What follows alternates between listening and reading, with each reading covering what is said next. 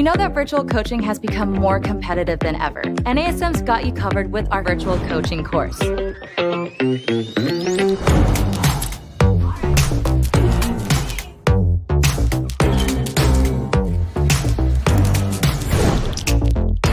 NASM's virtual coaching course provides a complete solution to help you translate your services into a successful virtual platform. This course will give you the tools to build and operate a sustainable virtual business model. The formats may be different, but you're still delivering fitness training and effective behavioral coaching. That doesn't change even if you can't be in the same physical space as your clients. The truth is, this is the way to reach more clients and expand your reach and impact. There's never been a better time to carve out your very own virtual space, and NASM is here to help. Welcome to NASM's virtual coaching.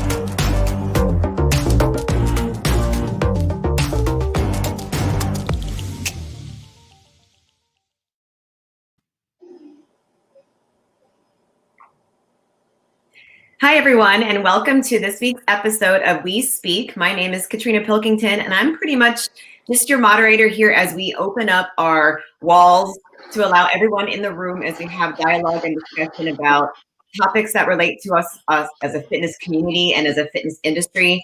And this morning, the topic is going to be surrounding strengthening allyship in fitness. So allyship is a word we've heard floating around the atmosphere, especially currently in 2020.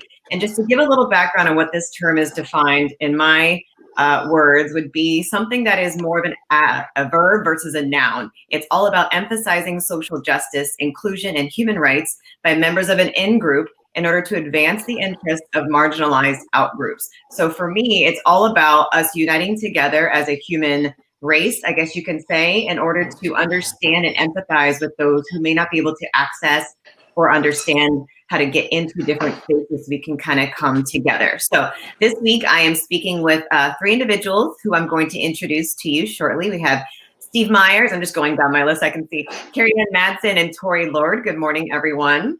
Good morning. Good morning, Katrina. Good morning. And what I'll do is just give everybody a bio so you can understand who we're talking to this morning and delve into some questions where, again, everyone watching is going to be just like a fly on the wall in our conversation, but I will encourage commentary and questions that we can have fed in here into our conversation as they apply to what we're going to discuss today. So I will start with Tori. I'm going to start from the bottom. I'm going to go out of order. So Tori is one of our AFA instructors. She is a fitness programs director at UNC Charlotte for the last 3 years. She has also previously worked in campus recreation and fitness at Penn State and Texas A&M. And she's also a master instructor for Bar Above, Bellatone, and Extreme Hit Chaos. Good morning, Tori. Good morning. Happy to be here. And then we have Carrie Ann. How are you today? I'm doing great. How are you, Katrina? Great. Just taking over my husband's office. So folks have sometimes said that I'm in a different background. That's why I took over his office. But Carrie Ann is one of our NASM master trainers and also a nutrition coach. She's spent 16 years coaching and developing leaders before entering the fitness sector 10 years ago. So she now specializes in training women over 40, coaching fitness professionals to business success.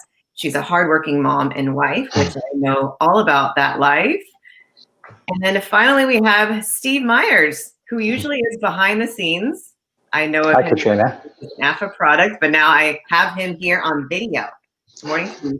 Good morning. Thanks for having me. Of course. Steve is a 16-year fitness vet who's currently one of our, like I said, product managers here at NASM and AFAA. He's worked for 8 years in the club, studios, and his own business, and for the past 8 years has been working on managing products within our brands here with NASM and AFAA. He also has a bachelor's in biopsych and is has a host of certifications in all different sectors of our fitness industry.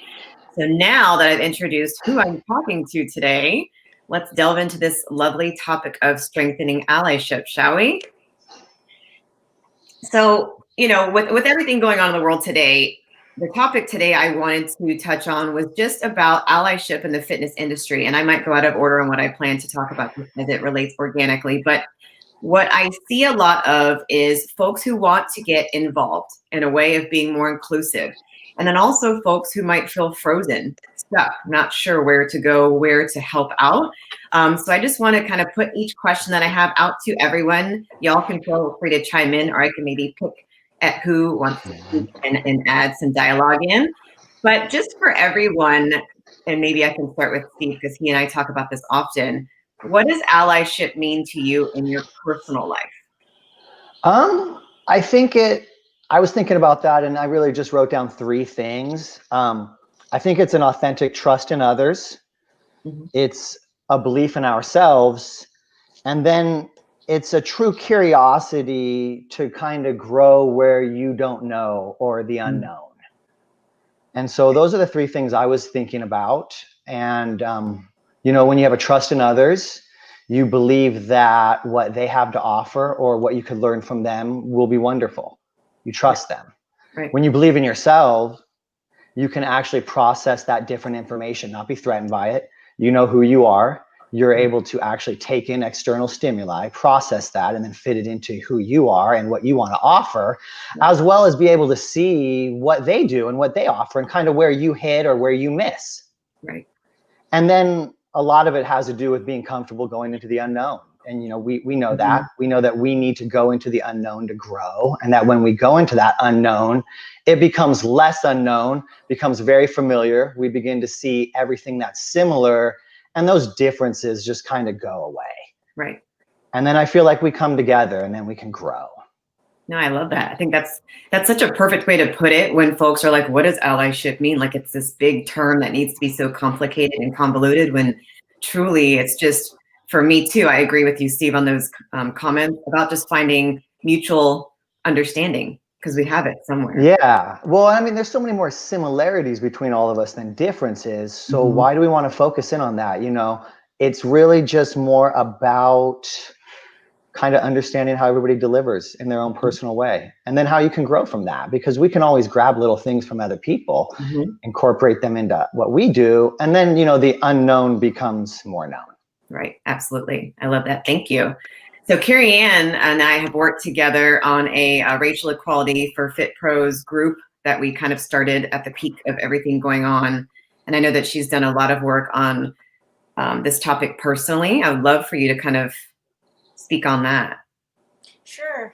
Well, I feel like I was really caught off guard in March. I thought I knew what I knew about being a good friend to all of my friends. And over the past 7 months, I've learned that there's a lot that I don't know. So for me, allyship means taking a look at what my beliefs are in reference to how my friends are feeling. Right. And my friends, both locally and around the world, we're so lucky to have the connection of all of us that are across the country, but then allies in the fitness industry across the world. And where are there people that are feeling like they're not being heard, and opening my ears more, and then being able to recognize those things in me, but also being aware that when that happens in discussions with other people, how can I kindly, lovingly, and tactfully keep that communication going, so that we can all learn and be better. A lot of what Steve said too. That was great. Thanks. Right. I know we're like stealing from each other, and that's okay. Thank so you. Good. So Tori, do you want to tell us a little bit about what you do when it comes to athletics, and like what you've done working as far as including allyship in the fitness sector, but also in the collegiate fitness sector, and what that means to you? Absolutely. So this is a topic I feel so strongly about, so I'll try to keep it short and sweet, but if I start to go on a tangent, feel free to cut me off. I think first and foremost, I think just understanding the concept of allyship. I think I'll reiterate what was previously mentioned, that it is an action. It is a title that I can't give myself. It is a title that others can't give themselves. It needs to be earned from others. And I think that's where it needs to start. And during the last couple months for myself, I've done a lot of self-reflecting If a thought comes into my head, where did that thought come from? Where did it stem from? Why am I thinking that way? And trying to reevaluate and take away from those past experiences that I grew up with and why I'm feeling a certain way about certain individuals. And just taking that time to educate. I am in a very lucky position. I am actually the state director for North Carolina in collegiate campus recreation. So over the summer, we actually had a series of crucial conversations. Right. And in the first conversation, it was I was a moderator for some of our Black colleagues and just allowed them to share their experiences so that we could open our eyes a little bit more. I think that is the first step, is opening everyone's eyes and seeing what's not seen, because it's not as simple as being racist versus not racist. There's such small implicit bias that I think people are overseeing. Absolutely. And our second one was actually exactly on this topic: what is true allyship? And then our last one was focused on, okay, now that we know, now that we've educated ourselves, what are we going to do? What are we bringing back to our departments? What are we bringing to our campuses?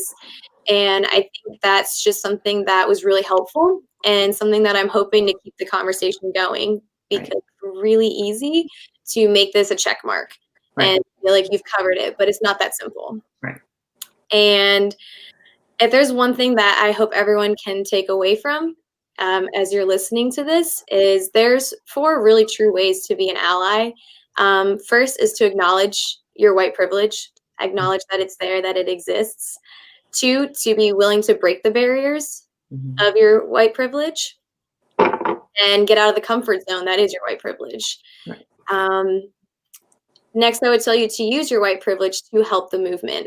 Your words can come off so much stronger than those that are fighting for how they already are viewed or perceived. So having someone else with a different voice be able to express the urgency of making the change that we really need to see. And then last but not least, and I think this is where you can really truly become a really strong ally, is know your role. Right. Know when it's time to step up, and then know when it's time to just sit and listen and just take it all in and educate yourself.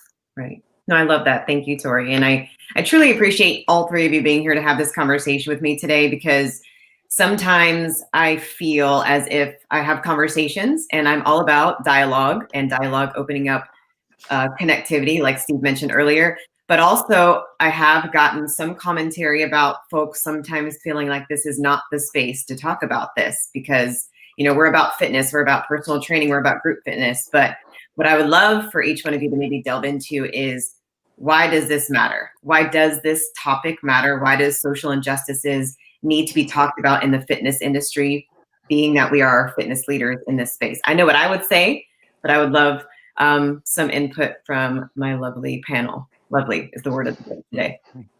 Anybody want to tackle that first? Sure, I'll go first, Katrina. Go for it, Carrie Ann. So the thing that made me reach out, how we initially met, was on Facebook. I was just searching for other fitness professionals who saw this as a health and wellness issue, and not just a difference in skin color issue, that we really needed to have a dialogue around that, because my heart is in helping people feel their best. And if our space isn't inclusive of all people, no matter what size or shape or skin tone or ethnicity, that really is a health issue, not even touching on the systemic part that really affects our healthcare system. So for me as a fitness professional, I looked at a few different ways that I really would love to see change. And one is that whenever I'm programming for my clients and I'm giving them homework to do, I often go on YouTube and I will look for snippets of videos of people doing exercises with perfect form, of course.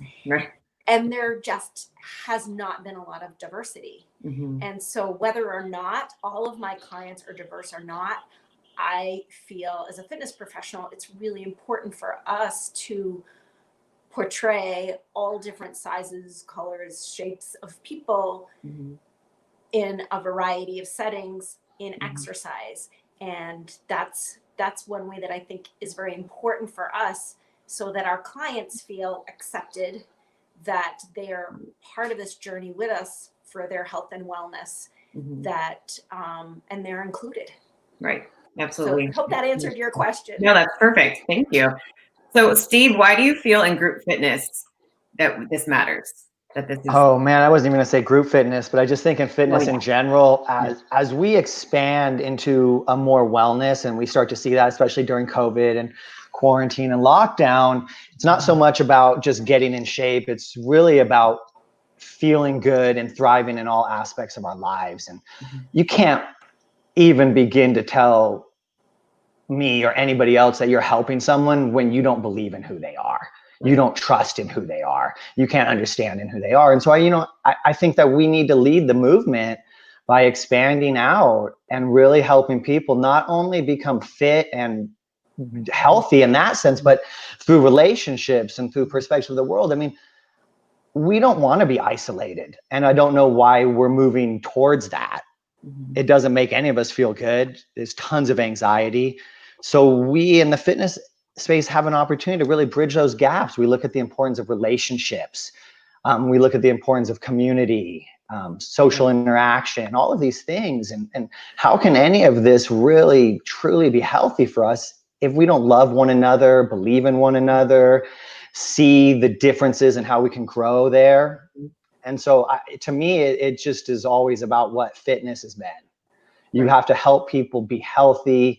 You have to help people maximize what they have in their lives. And that involves relationships, others, community, social interactions, belief in yourself, and so many other things.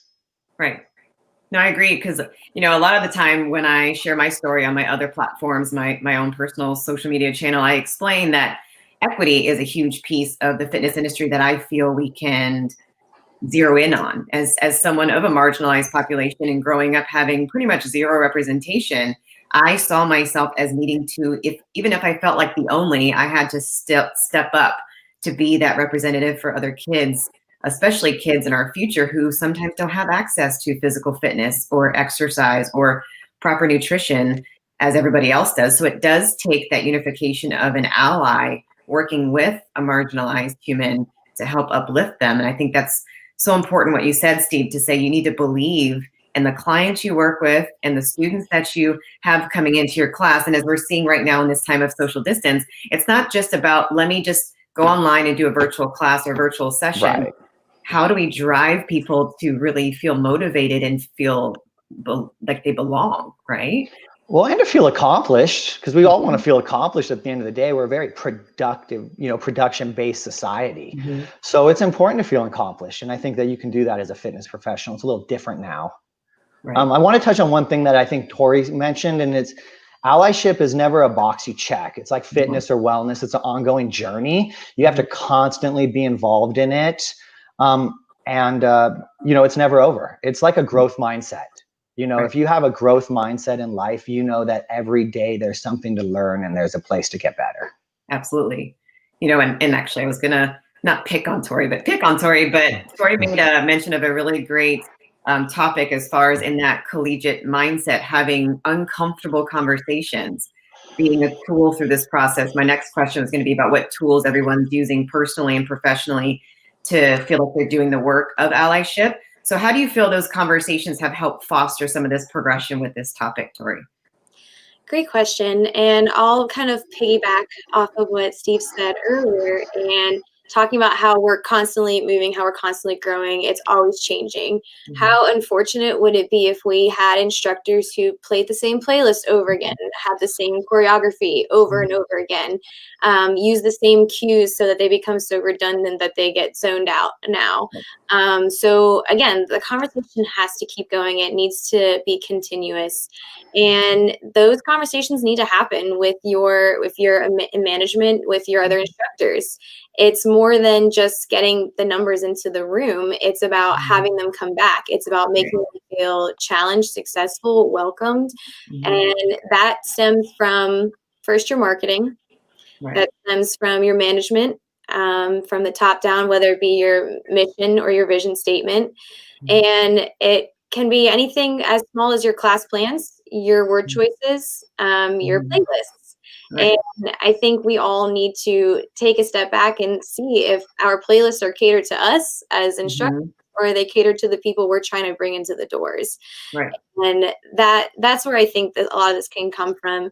And then my biggest conversation that I have with the instructors is when you're talking, when you are cueing, it needs to be genuine. People are going to see right through if what you're saying in regards to allyship or as being inclusive.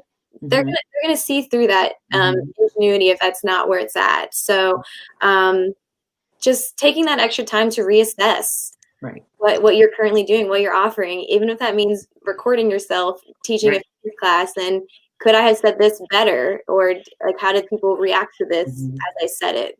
That's the best kind of feedback. I remember doing this a lot, being a master instructor, a master trainer for quite a while now, having to record myself and give myself feedback. So to your point, I feel like a lot of folks are doing a lot of great sessions and conferences and sprucing up their skill set as instructors and trainers, which is hugely important.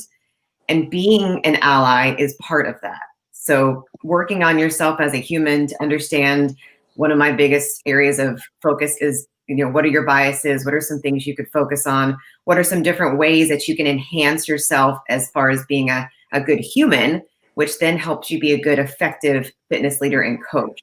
So what are some tools that the three of you have felt that you've used? I know that Tori just touched on some great different tips for instructors, but what are some tools, whether it's podcast, books, resources that the three of you have used in your personal life and or how they meld into the fitness space that you feel others can use? I can go first if you want.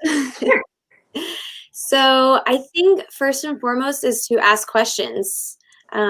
Ask questions of your minority or Black colleagues. Talk to them. Ask them what previous experiences they've had and what has prevented them from coming to a class or coming back into a certain facility. I think that knowing what not to do is a big stepping stone. Yeah. And working from there. Continue to educate yourself. If you're not a reader, there are plenty of 1-2 page articles out there that can really just blow your mind as to what you don't already know. I'm a big reader, so I have been reading White Supremacy and Me, Biased. I could leave you all a list of books if you would like. And podcasts. 1619 is a great podcast just to take us back to where we all began, or where all of this began, so that we can prevent history from repeating itself. Right.